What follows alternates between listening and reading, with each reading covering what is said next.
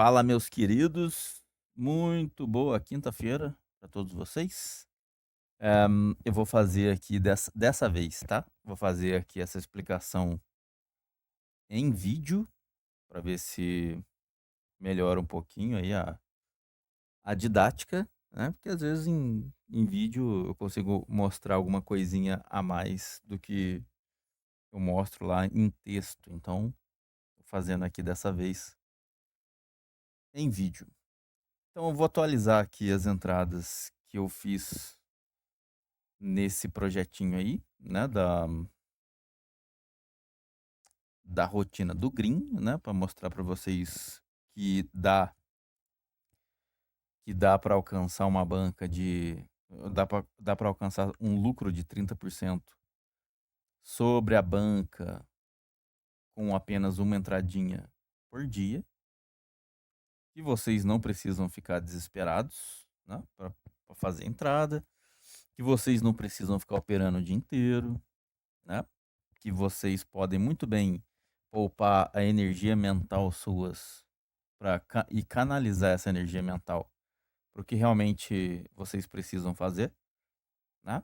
Vocês vivem aí reclamando que não consegue resultado, que precisa de renda nisso aqui, que queria ganhar dinheiro nisso aqui, mas vocês gastam muita energia mental com coisa que tira trabalho seus, né? Então, o objetivo aqui é realmente mostrar para vocês que se vocês canalizarem essa energia mental quando vocês sentam na frente do computador, ou seja lá do que for, do celular, não importa, para fazer as entradas, vocês só precisam de uma entrada por dia. E os juros compostos, eles cobrem os dias que vocês não trabalharem, né? Vocês não precisam volumar a entrada para ganhar mais dinheiro. Na verdade, vocês vão ter o contrário. Quanto mais vocês volumarem, mais prejuízo vocês vão tomar. E vocês vão perder tempo, vocês vão perder trabalho, né? Então, o objetivo é esse aqui. Começando pelo Ajax, Voledan em Ajax, que eu fiz aí dia 30, né? Eu já postei aqui em cima a, o print da entrada, a odd que eu coloquei, né? A odd que eu entrei, a stake, né? Tá tudo aí.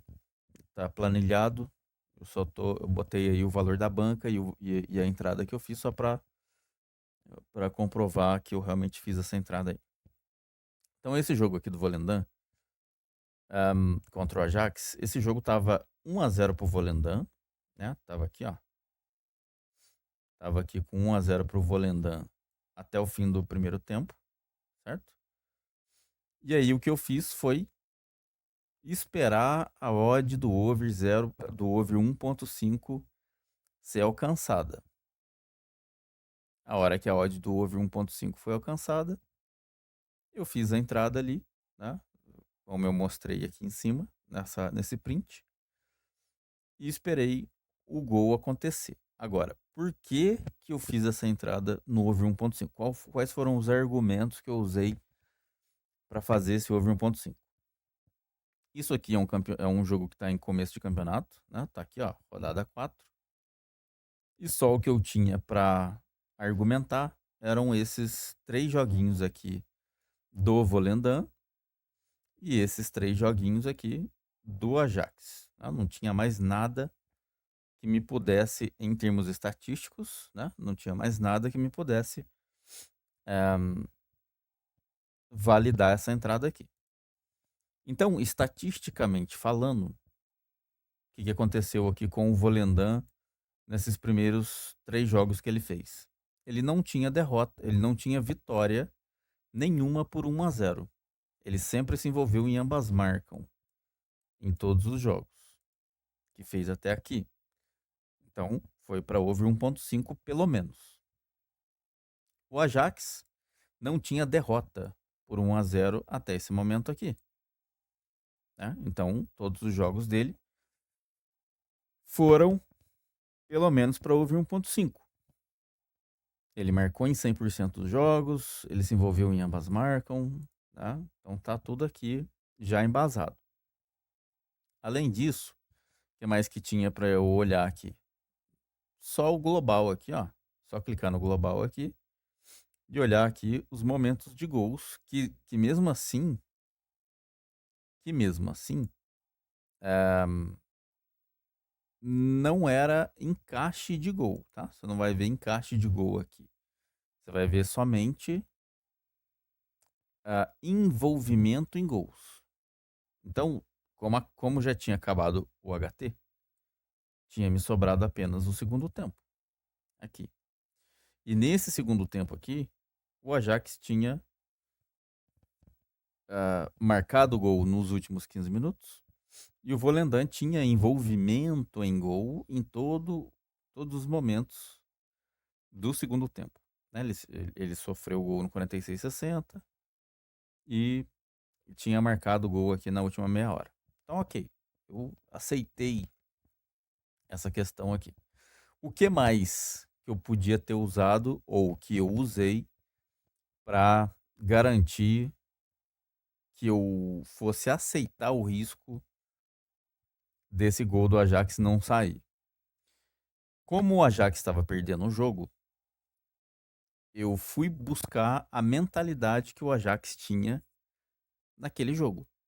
Por quê? Porque se o Ajax me prova que ele tá com mentalidade para atacar o Volendam no segundo tempo, eu consigo aceitar que é esse comportamento do Ajax aqui, desse começo de campeonato, realmente tem a tendência de voltar a acontecer. Porque se nesse início aqui o comportamento dele foi de marcar pelo menos um gol em todos os jogos que ele fez aqui, significa que ele é um time com mentalidade over. E se ele, no dia do jogo aqui, se ele me provasse que ele estava com essa mentalidade over, eu conseguiria repetir, eu conseguiria aceitar a chance desse over 1.5. E foi o que eu fiz. Então eu fui lá no Transfer Market, e busquei o jogo do Ajax lá no Transfer Market.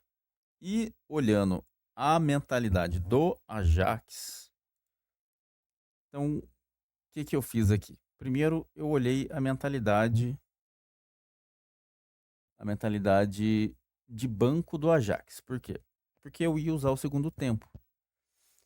Então, se o treinador mexesse no time para que deixasse o time ofensivo até o final do jogo, eu tinha maior chance de acertar aquele over 1.5 lá. E aí eu olhei esse banco aqui. O banco tem aqui um zagueiro, um lateral direito, um volante. Esse Klaassen aqui, esse Klaassen aqui, ele é meia central. Mas quando a gente clica nele, e abre aqui a página dele, né? Aqui tá falando que ele é volante ofensivo, certo? Volante ofensivo. Então ele é ofensivo. Quando ele tem posse de bola, né, ele vira um meia ofensivo e avança pro ataque. Então esse aqui é ofensivo. Vou voltar lá. Esse outro meia central aqui, o Rieger, né? Clicar nele aqui. Esse aqui é volante. Esse é defensivo. Certo? Porque ele não faz nada virado pro ataque. Né? Ele não tem bolinha aqui, ó, pra cima. Ele tem bolinha só para baixo. Esse é defensivo. Mesmo quando ele tem posse de bola, ele não avança na direção do ataque. Ele fica aqui para baixo. Então ele tem mentalidade defensiva. Ele não apoia o ataque em momento nenhum. Então, beleza. Então esse eu tenho que contar como defensivo. Então o defensivo tem 2, 3, 4. 4 defensivos. E ofensivo eu tenho esse Klaassen, 1. Esse Bonida. Esse é ofensivo. Ó, meio ofensivo, tá vendo? Meio ofensivo, ponta, ok. Esse é ofensivo. Volta aqui. Então, ofensivo eu tenho o Klaassen, 1, 2, 3, 4, 5, 6. Então, eu tenho 4 defensivos, 6 ofensivos. Eu tenho um banco 60% ofensivo. Tá ideal? É ideal 60%? Não. Ideal é 70%. Mas ok. O Ajax tem comportamento over e hoje ele está com um banco ofensivo, minimamente ofensivo, a ponto de dar para aceitar. Então eu posso aceitar isso aqui. O que mais que eu fiz? Eu olhei a tática inicial do Ajax. Pela tática inicial do Ajax, a gente conseguiria perceber quais peças exatamente o treinador poderia mexer no time para continuar deixando ele ofensivo. Se é que ele já não estava ofensivo, né? E aí eu não precisaria, se a mentalidade inicial tivesse já ofensiva, eu não precisaria esperar nada tão forte do banco, né? E aí, o que foi que eu fiz? Eu vim olhar o meio-campo do Ajax primeiro. Então, eu tenho 28 aqui, o Fitzgin. Eu cliquei nele aqui. E aqui, esse cara é um volante ofensivo. Ele sendo um volante ofensivo, o que ia acontecer? O Ajax está perdendo o jogo, né? O Ajax está perdendo o jogo. E aí, fatalmente, ia acontecer o quê? O Volendam ia recuar as linhas para proteger o resultado. E o Ajax ia passar a ter mais posse de bola para atacar o Volendam. Ao fazer isso, o Ajax passa a ter maior tempo no campo de ataque. E esse camisa 28 aqui, ele vira constantemente um meia ofensivo. E ele dá espaço aqui, porque ele vai avançar na direção do ataque. Ele vai abandonar esse posto aqui para virar um meia ofensivo. O outro cara do lado dele aqui, camisa 8, o Taylor, outro volante ofensivo. Outro volante ofensivo. E aí o que acontece? São dois. Já são dois. Né? O Fitzgin e o Taylor. São dois volantes ofensivos no meio campo. Então os dois aqui vão abandonar os postos para poder avançar na direção do ataque. E eu tenho mais o que aqui? O camisa 10. O camisa 10 aqui é um ponta esquerda. O camisa 23, o que ele é? Meia ofensivo. O camisa 7. O que o camisa 7 é? Ponta direita. Então, eu tenho um quinteto. Eu tenho um quinteto ofensivo aqui. Esse quinteto ofensivo ia avançar. Opa! Esse quinteto ofensivo ia avançar completamente na direção do ataque. Avançando completamente na direção do ataque, eu tenho um Ajax ofensivo. E aí fica mais evidente que o Ajax ia atrás do gol que faltava, certo? Então, dessa maneira que eu aceitei o over 1.5, eu aceitei esse over 1.5 aqui. O gol aconteceu aqui aos 61 minutos, né? 61, que era momento em que o Ajax não tinha marcado gol nenhum aqui, né? Aqui no global. Não tinha marcado gol nenhum até esse momento aqui. Mas o Volendam já tinha envolvimento com gol aqui nesse momento, certo? Então, aqui o gol aconteceu e o Green veio. Eu fiz o jogo aqui do Pendic Sport, tá? Esse jogo aqui, eu fiz um over 0.5. O primeiro tempo aqui tava 0-0. Tinha acabado o primeiro tempo 0-0. E eu fiz um over 0.5 na odd aí de 1,30 e pouco, né? Eu não usei nem a stake cheia. Fracionei a stake aí para poder caber na odd. Não precisava botar a stake toda. E esse jogo aqui era um jogo onde o Pendixpor, naquele dia da entrada, ele precisava do gol para entrar na zona de classificação. Ele estava aqui fora. Se você não estiver visualizando isso, vai aí no grupo de análise, aí no WhatsApp, né?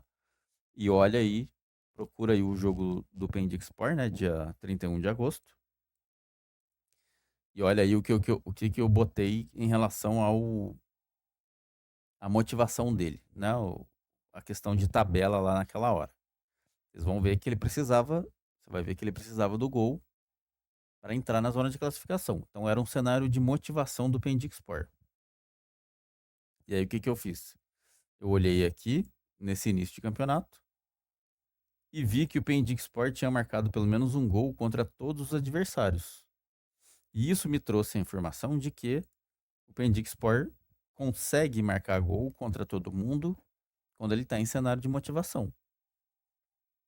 E que o Sivasspor é um time frágil, né? Ele tinha sofrido gol contra todo mundo, estava lá dentro da zona de rebaixamento,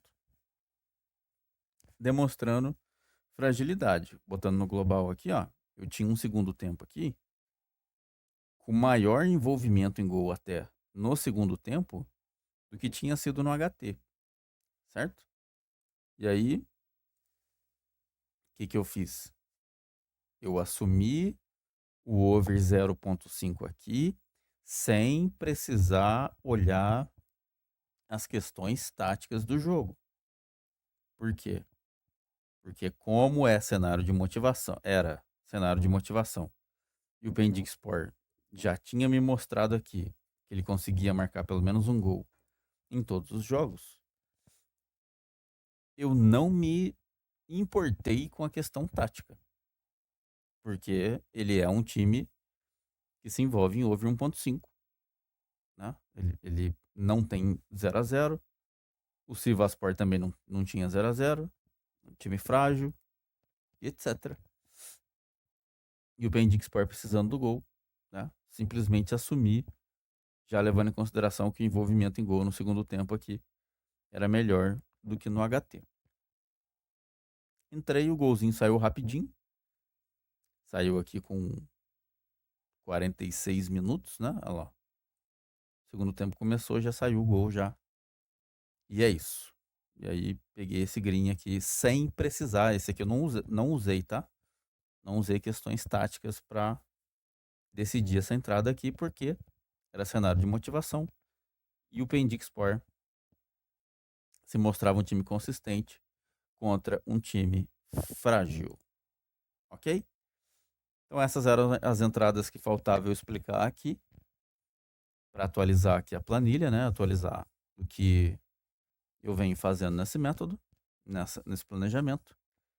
Se vocês canalizarem o mental para fazer só aquilo que vocês precisam, vocês conseguem alcançar aí um green satisfatório que vocês precisam, né? Eu tô aqui com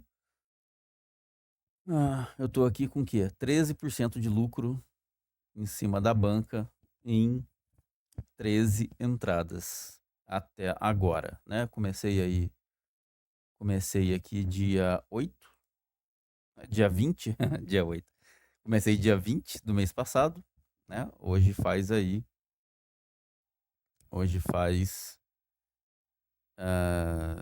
15 dias, né? Do dia 20 até o dia 30, depois até o dia 4.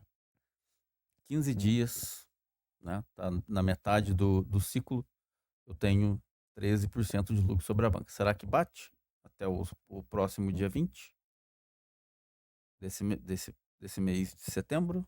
Será que bate os 30%? Veremos. Cenas dos próximos capítulos estão por vir. Valeu. Quem tiver dúvida aí, manda. Abraço. Bons greens. Hasta la próximas, porque eu fui.